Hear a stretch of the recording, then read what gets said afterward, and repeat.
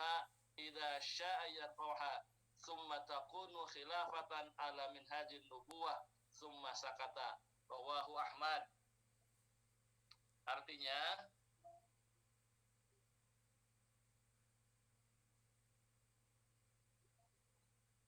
akan datang kepada kalian masa kenabian yang pertama, dan atas kehendak Allah masa itu akan datang. Kemudian Allah akan menghapusnya jika Ia berkehendak menghapusnya. Setelah itu akan datang masa kehilafahan ala minhajin nubuwah, atas kehendak Allah masa itu akan datang. Lalu Allah akan menghapusnya jika Ia berkehendak menghapusnya. Setelah itu akan datang kepada kalian masa raja yang menggigit, raja yang zalim, dan atas kehendak Allah masa itu akan datang.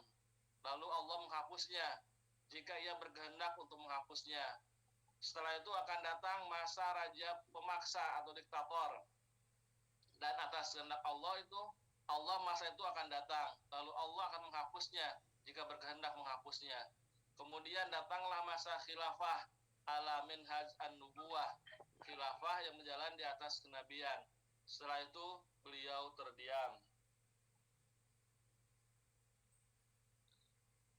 Bapak-bapak yang dirahmati Allah, hadis ini menjelaskan tentang fase kehidupan yang dialami oleh kita umat Islam. Jadi kalau kita melihat sejarah, kehidupan umat Islam itu dibagi ke dalam 5 fase, 5 tahapan. Tahapan yang pertama adalah tahapan atau fase kenabian, yaitu fase di mana masih hadirnya Rasulullah Shallallahu Alaihi Wasallam, zaman di mana beliau masih hidup.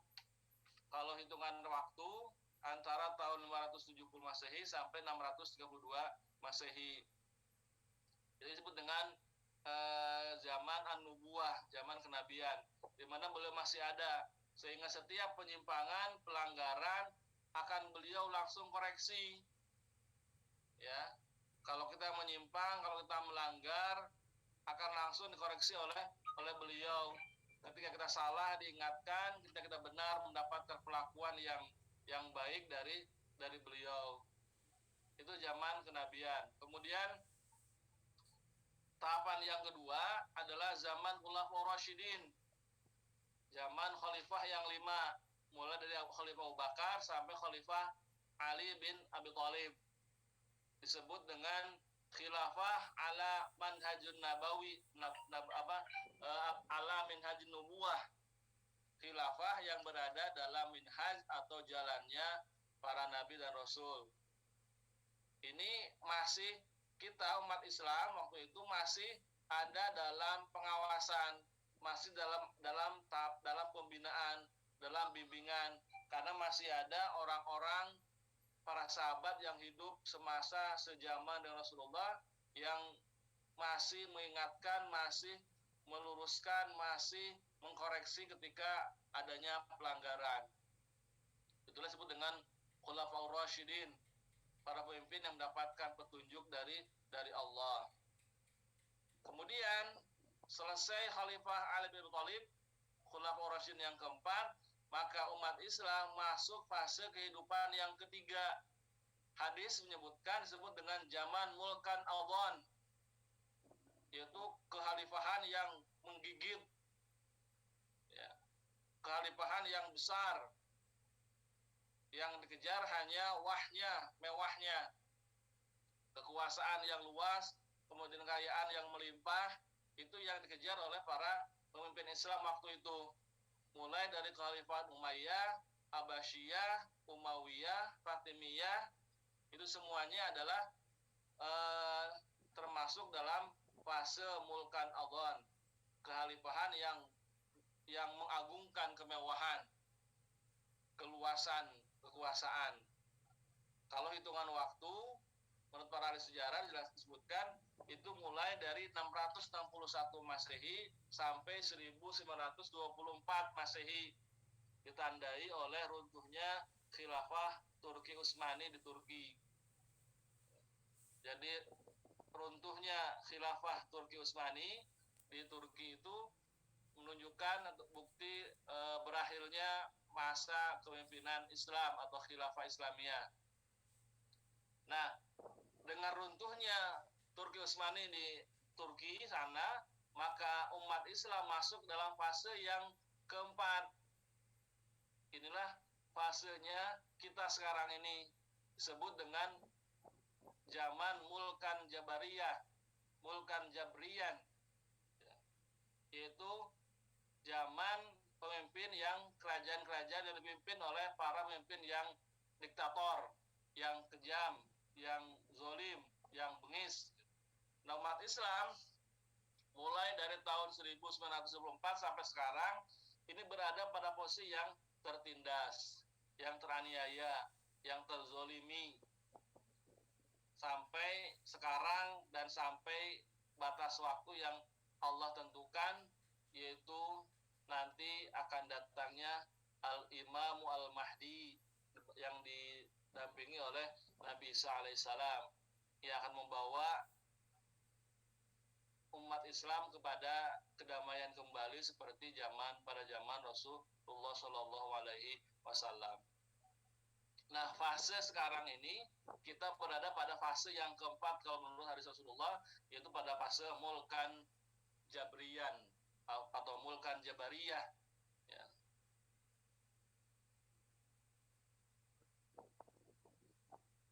Nah, ini fase kenabian. Jadi masih ada nabi yang bimbing kita, sekali lagi tahunnya antara 570 sampai 632 dengan fase nubuah, fase kenabian. Ya. Ini gambaran proses hijrah dari Mekah ke Madinah. Kemudian fase yang kedua adalah fase kekhalifahan, al-minhaj an-nubuwah, fase khilafur rasyidin. Zaman ulama rasyidin atau zaman pemimpin yang mengikuti manhaj atau sunnah Rasulullah. Ini kalau hitungan waktu antara 632 sampai 661 dengan wafatnya Khalifah Ali bin Abi Thalib.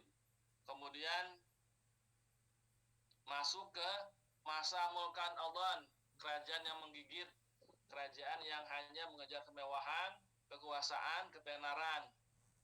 Ya, ini pada masa Umayyah, Khalifah Muawiyah, kemudian Khalifah Abbasiyah, Khalifahan Umayyah Fatimiyah. Ya. Akhirnya di Turki Utsmani, ya, Khalifah Turki Utsmani di Turki pada tahun 1924 yang jatuh, dihancurkan, diruntuhkan oleh Kemal Pasha Atatürk. Ini orangnya, Kemal Pasha Atatürk itulah yang meruntuhkan khilafah Turki Utsmani. Ya. Ini adalah Masjid Hagia Sophia yang oleh Raja Erdogan dikembalikan pada fungsinya sebagai masjid. Ya. Dulunya masjid, dulunya adalah gereja yang kemudian mendapatkan izin untuk dijadikan oleh masjid. Kemudian ketika Turki Andalusia ini dijajah oleh bangsa Eropa, masjid ini dirubah menjadi museum. Dan terakhir tahun 2019 kemarin oleh Raja Erdogan, Presiden Turki, Erdogan itu dirubah kembali menjadi fungsinya semula, yaitu sebagai masjid.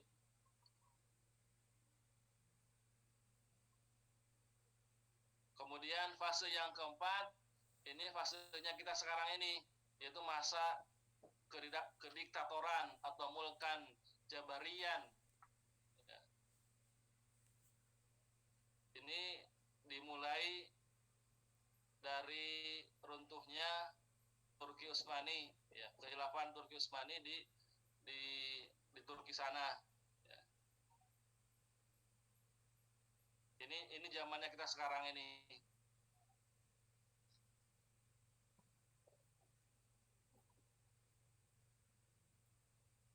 Ya, apa tanda-tandanya? Supaya kita menyadari, memahami akan kondisi, maka kita harus tahu tanda-tandanya. Apa sih tanda-tanda zaman sekarang ini, bukan jabaron, ya, supaya kita bisa berhati-hati, bisa mengantisipasi, jangan sampai kita malah terlena oleh keadaan, ya. Jadi jangan sampai kita terlena seperti orang yang sedang berteduh di atas pohon, saking rindangnya kemudian kita lupa akan tujuan yang semula diembankan kepada kita.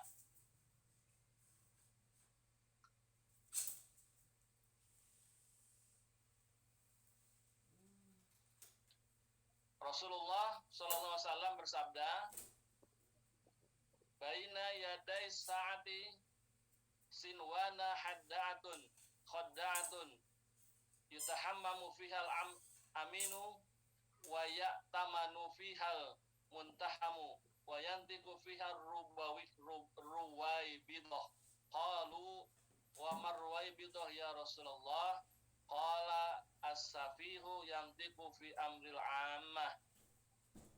Tatkala hari kiamat telah dekat, sekarang ini akan ada tahun-tahun yang penuh dengan penipuan pada waktu itu. Dituduhlah orang-orang yang terpercaya dan dipercaya orang-orang yang seharusnya dituduh. Dan akan berbicara pada waktu itu seorang ruwaibidah.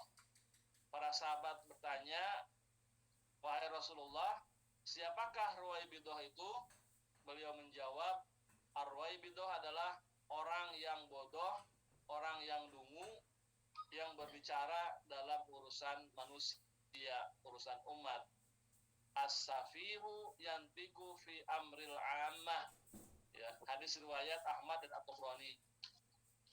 Jadi salah satu tanda mulkan jabaran itu adalah munculnya orang-orang yang disebut dengan ruwaibidah. Itu orang-orang yang sebenarnya tidak tahu apa-apa, orang yang dungu, orang yang bodoh, tapi dia mendapatkan kepercayaan untuk mengurus umat. Kata Rasulullah dalam hadis yang lain jelaskan, kenapa? Oh, mirip banget. Kata Rasulullah, celakalah suatu umat kalau ketika urusan diserahkan kepada ahlinya, kepada yang bukan ahlinya, kata Rasulullah dalam hadis yang lain. Dalam hadis ini sebutkan sebagai ar-ruwaibidah. Jadi nanti di akhir zaman akan banyak orang-orang yang seperti ini. Dia nggak tahu apa-apa, tapi seperti tahu apa-apa.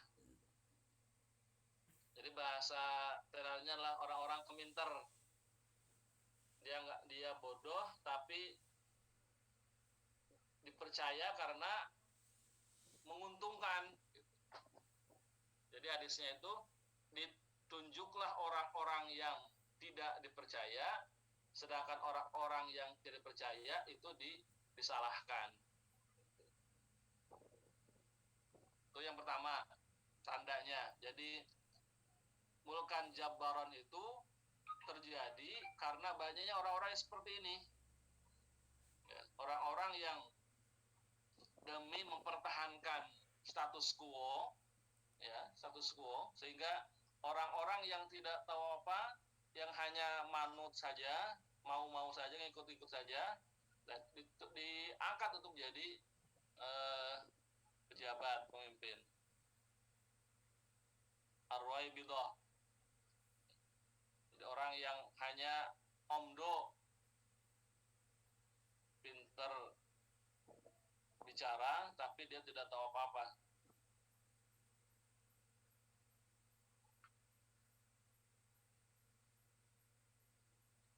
Nah, hadis yang lain dari Ubadah bin Samit, Rasulullah SAW bersabda, sayakunu alaikum umara'u ya'murunakum bima la ta'rifuna wa yaf'aluna ma tunkirun wa laisa liulaika alaikum ta'atun. Hadis riwayat Ibnu Abi Syaibah. Memang tidak termasuk hadis yang kuat, tapi ini bisa menjadi sebuah landasan untuk kita berhati-hati dalam mensikapi keadaan. Al-mulkan al-jabariyun itu ditandai oleh kalian akan dipimpin oleh para pemimpin yang memerintah kalian dengan hukum yang tidak kalian ketahui. Artinya sekarang ini banyak aturan-aturan yang bertentangan dengan akidah dan keyakinan, tapi itu harus dilaksanakan. Contoh kemarin hampir saja, alhamdulillah dibatalkan. Miras dilegalkan, miras disahkan. Ini tepat dengan hadis ini. Kalian akan dipimpin oleh para pemimpin yang memerintah kalian dengan hukum yang tidak kalian imani. Jelas-jelas miras itu haram, oleh pemerintah mau dilegalkan, mau dihalalkan. Untungnya masih menyadari resiko, masih masih memperhatikan suara umat Islam yang mayoritas di Indonesia. Sebaliknya, mereka melakukan apa yang kalian ingkari, sehingga terhadap mereka ini tidak ada kewajiban bagi kalian untuk mentaatinya. Artinya kita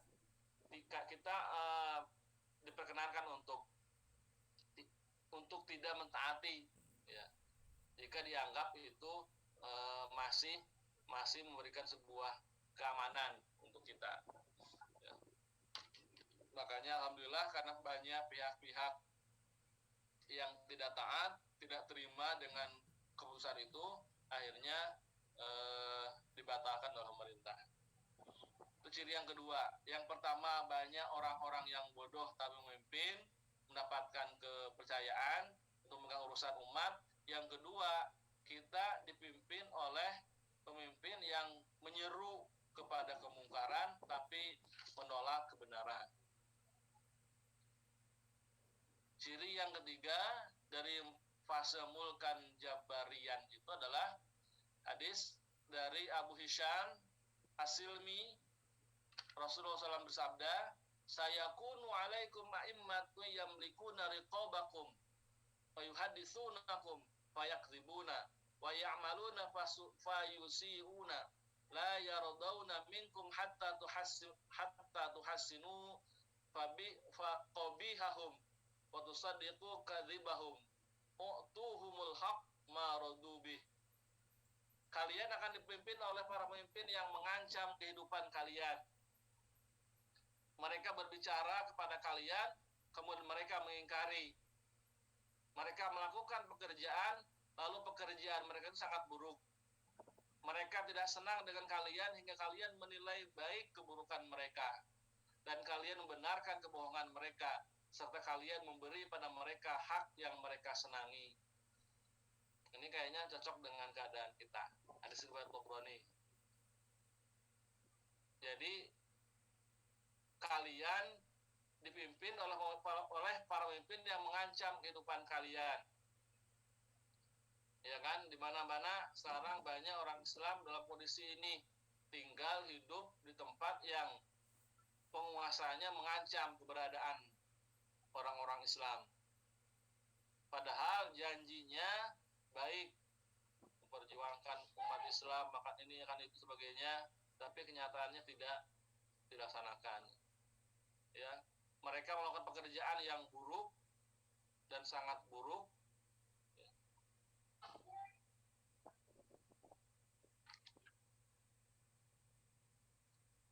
Mereka tidak senang dengan kita hingga kita menilai baik memuji keburukan mereka. Demi artinya apa? Artinya untuk menjaga keamanan kita, kadang-kadang karena kelemahan kita, ketakutan kita, kekhawatiran kita, sampai pada akhirnya terpaksa kita membenarkan perbuatan mereka yang salah, membenarkan kebohongan mereka, serta kita memberikan apa yang mereka senangi, yaitu dengan cara kita menjual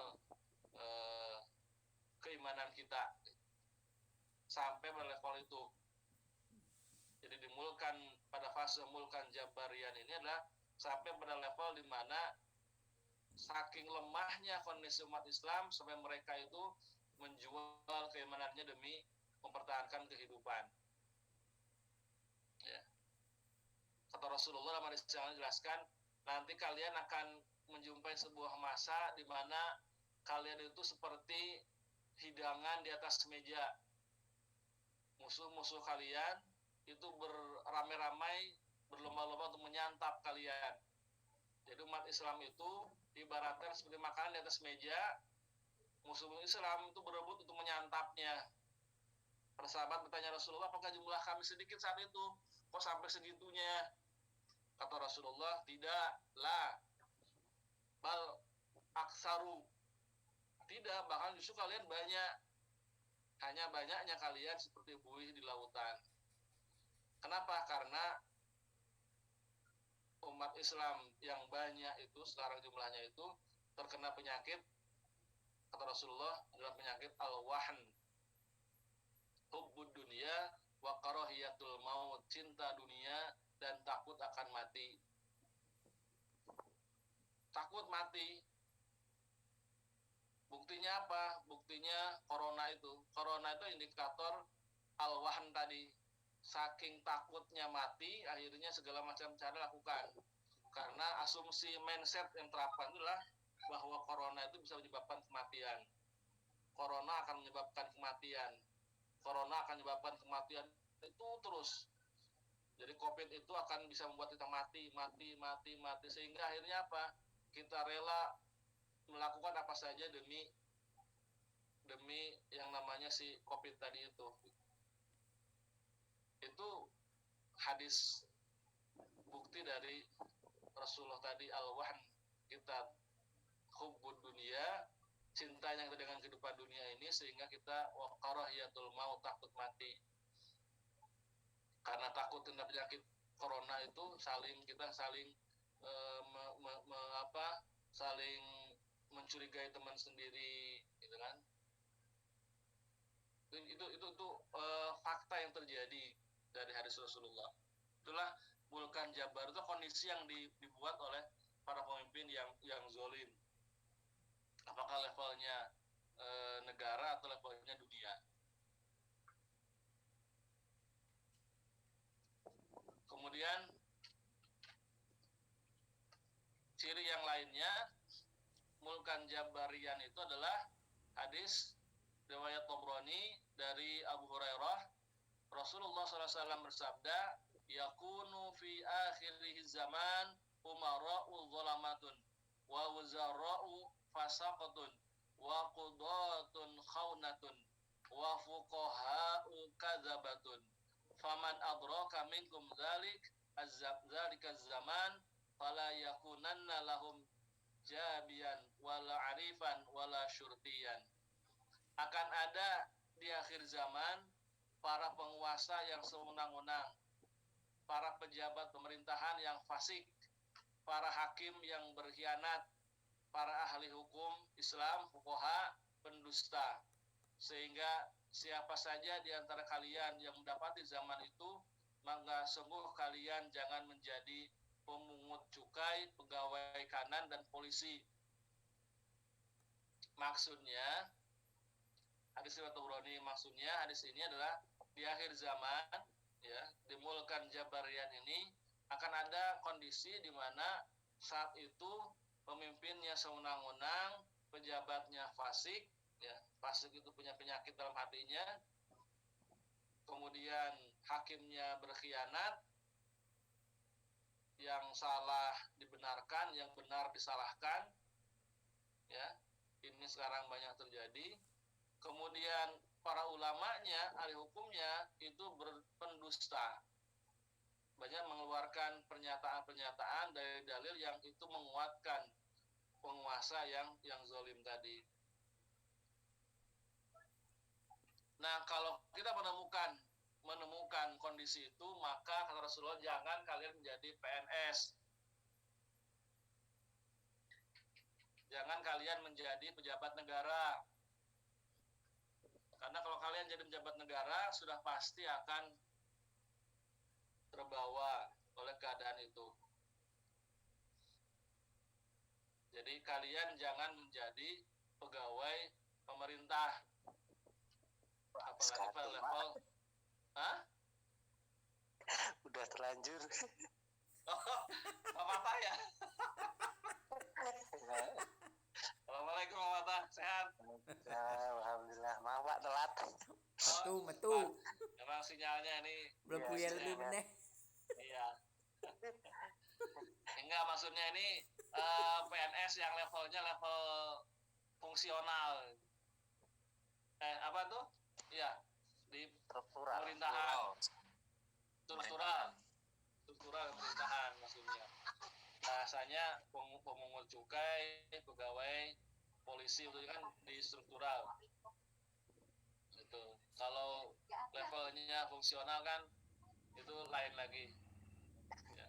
Yang maksud Rasulullah adalah situ adalah yang berkaitan langsung dengan mempertahankan atau menjaga eksistensi pemerintah yang zalim tadi. Tuh, tenang Pak, aman kalau jadi guru. Aman. Alhamdulillah. Jadi kalau yang mau masih daftar ASN P3K aman kalau itu. Ya. Amin. Amin. Amin lagi. Berikutnya. Ya, kelanjutan yang tadi di akhir zaman itu nanti dimulkan Jabarian itu tandai oleh pemimpinnya yang kejam atau diktator. Wasayali umara'u inis turhimu lam yarhamu wa in su'ilu al-haqqa lam yu'tu wa in umiru bil ma'ruf ankaru wa satakhafunahum wa yatafarraqu malaukum hatta la yahmilukum ala syai'in illa tumiltum alaihi tau'an wa karhan innal haqqi alla tahudu lahum ata'an wa la tahsu lahum fil dan berikutnya adalah maksudnya tanda dari mulkan Jabaron tadi, yaitu para pemimpin jika mereka diminta untuk mengasihani rakyat, untuk menyayangi rakyat, kasihani. Jika mereka diminta rakyat, mereka memberikannya. Dan jika mereka disuruh berlaku adil, mereka menolak. Mereka akan membuat hidup kalian dalam ketakutan, memecah belah tokoh-tokoh kalian, sehingga mereka tidak membebani kalian dengan suatu beban, kecuali mereka membebani kalian dengan paksa. Baik kalian suka atau tidak, serendah-rendahnya hak kalian adalah kalian tidak mengambil pemberian mereka dan kalian tidak menghadiri pertemuan mereka. Nah ini, jadi ciri mulkan Jabarian itu adalah pemimpinnya kejam, pemimpinnya diktator, ya. Tidak mengasihi rakyat, apalagi itu yang muslim, kemudian tidak menunaikan hak-hak rakyat, tidak berbuat adil, kemudian umat Islam dibuat berpecah belah, saling bentrok, ya, NU, Muhammadiyah dan sebagainya, salaf itu dibuat saling berkonflik, ya, saling bentrok. Orang Islam dianggap teroris, yang baik-baik dianggap teroris dan sebagainya, yang soleh, yang pakai jubah, yang berjenggot, yang rajin ke masjid, rajin taklim, itu dianggap sebagai teroris. Jadi dibuatkan stigma negatif terhadap orang-orang yang soleh. Itulah pekerjaan dari pemimpin yang diktator atau mulkan Jabariyah.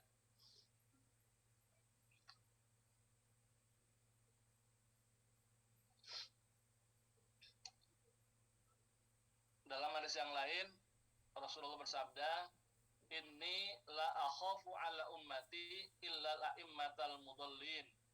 Aku tidak takut ujian yang akan menimpa pada umatku kecuali ujian para pemimpin yang sesat. Hadis riwayat Ibnu Hibban.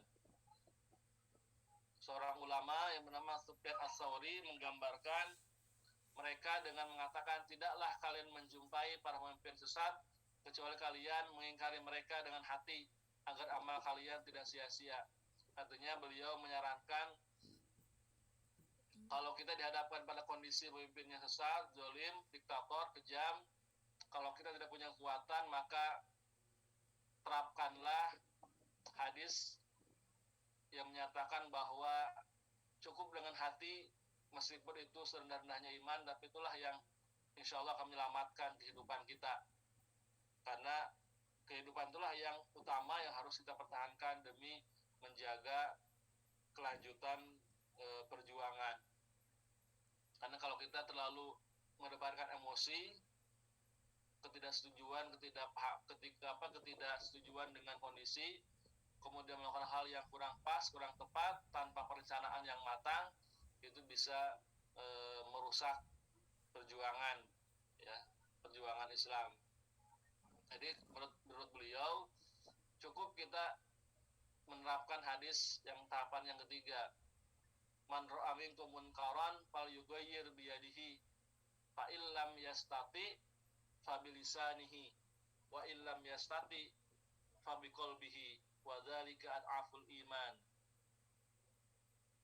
Jika kalian menemukan sebuah kemungkaran, penyimpangan dari nilai-nilai kebenaran Allah dan Rasulnya, ubahlah dengan tanganmu. Kalau kita punya kekuasaan, punya kekuatan, punya kemampuan.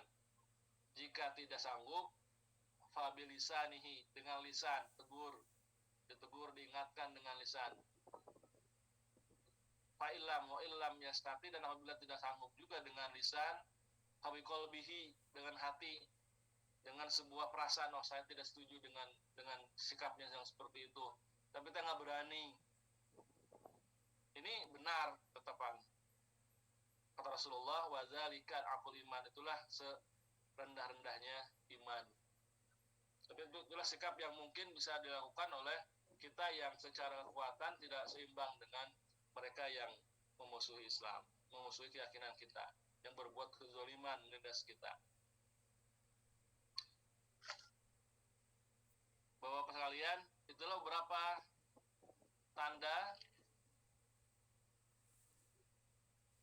Yang lainnya, hadisnya yang berikutnya adalah dari Abu Sa'id Al-Khudri, Rasulullah SAW bersabda, akan turun kepada umatku di akhir zaman cobaan yang dahsyat dari pemimpin mereka. Belum pernah terdengar cobaan yang lebih dahsyat darinya, sehingga bumi yang luas itu terasa sempit bagi mereka. Karena bumi dipenuhi dengan kejahatan dan kezaliman. Seorang mukmin tidak mendapatkan tempat berpindah dari kezaliman itu. Kayaknya pas kan kita ini. Di lockdown, nggak bisa kemana-mana. Seolah-olah serasa dunia ini hanya di Lampung aja. Kita nggak bisa kemana-mana. Karena kalau keluar dengan bebas, kita akan mendapatkan resiko. Kecuali kalau kita siap menerima resiko itu. Jadi seolah-olah dunia terasa sempit dengan aturan-aturan yang dibuat oleh Mulkan Jabariyah dan sistemnya.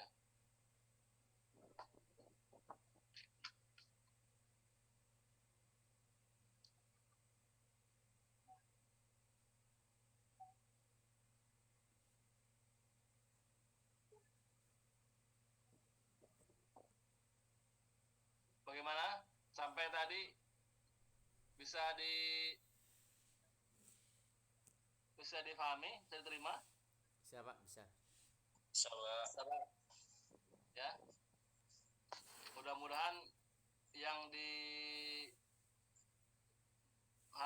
Pak Bayu bisa didapatkan.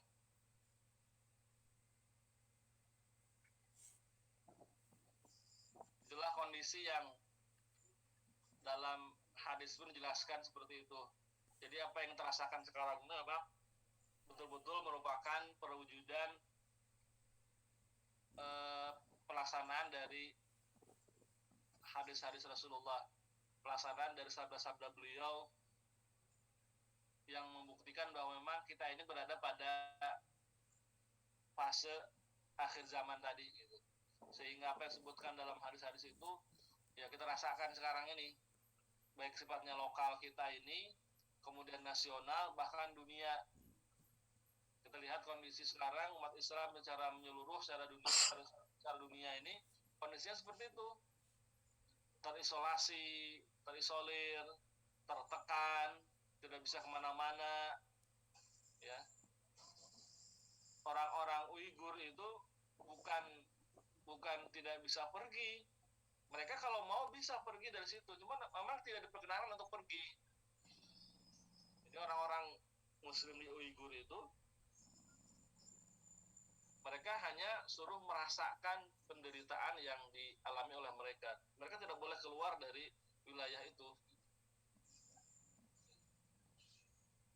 Sama di Rohingya juga begitu. Ketika ada orang-orang yang keluar dari daerah Rohingya, justru malah akan dibunuh. Mereka suruh tetap tinggal di situ, tapi mendapatkan perlakuan yang zolim dari para pemimpin di sana. Nah, mungkin level kita di Indonesia belum sampai pada tahapan seperti itu, tapi kita nggak tahu ke depannya bagaimana. Nah itu, jadi mulkan jabarian itulah kondisinya seperti itu. Jadi umat Islam ada pada fase yang betul-betul pada posisi yang sulit, ya, sudah jatuh tertimpa tangga istilahnya. Nah, kondisi kerusakan ini, kepayahan ini, kesengsaraan ini akan terus berlanjut, bahkan puncak-puncaknya adalah pada tahun-tahun, pada masa-masa akan semakin dekatnya kedatangan dari Al-Masih Ad-Dajjal. Jadi penderitaan yang dialami oleh umat Islam akan semakin meningkat, bukannya turun, akan semakin meningkat, akan semakin tersiksa, teraniaya, terzolimi, sampai pada masa saatnya datangnya Al-Masih Ad-Dajjal.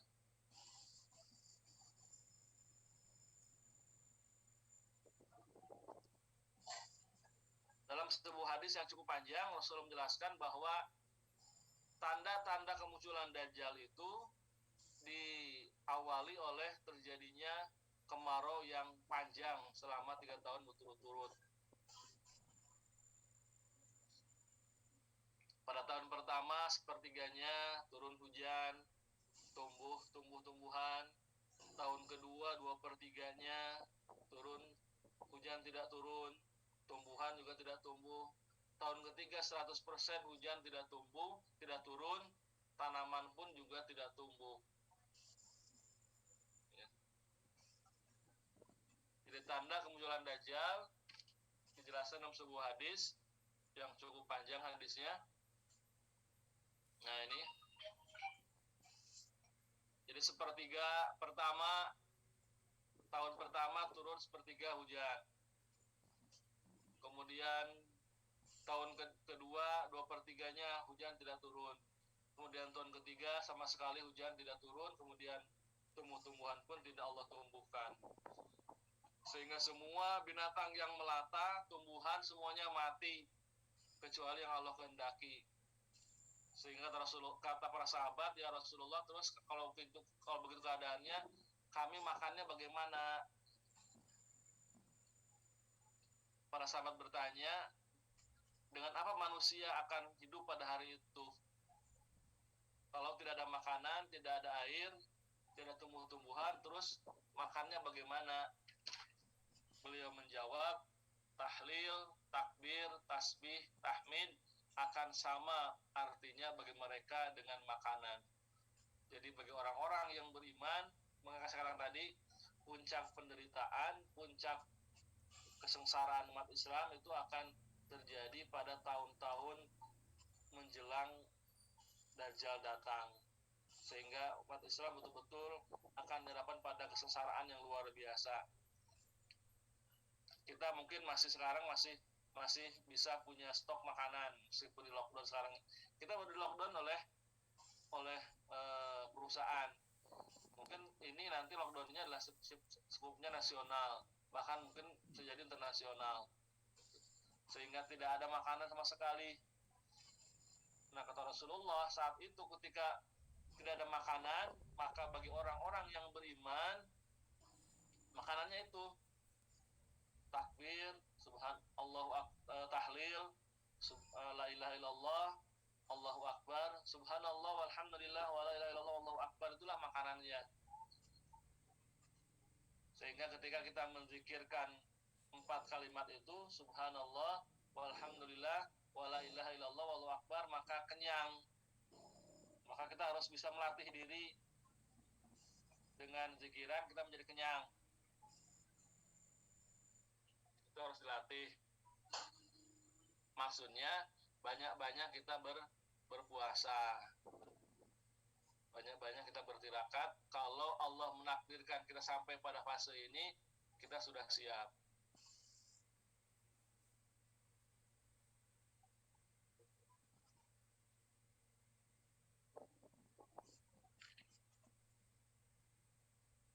Ya, Bapak-bapak yang dirahmati Allah,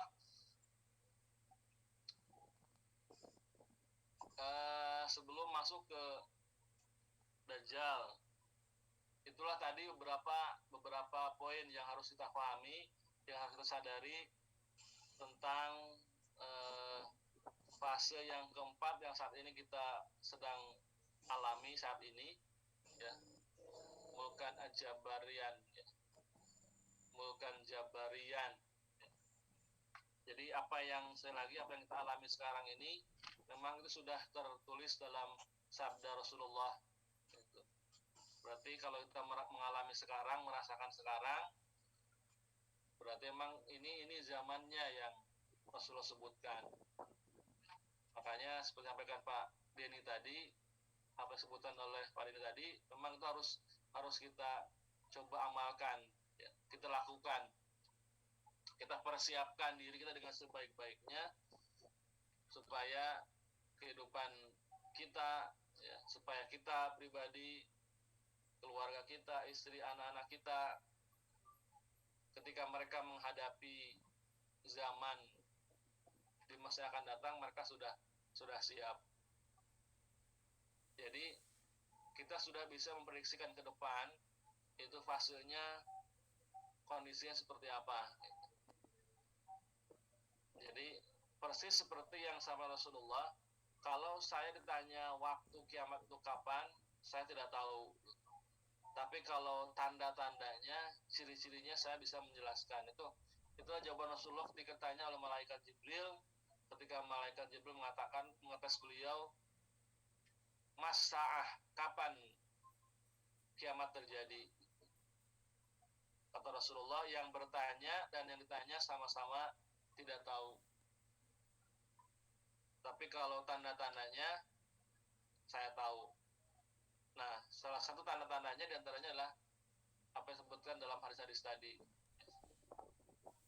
Mudah-mudahan dengan kita tahu, kita bisa semakin yakin, ya, dengan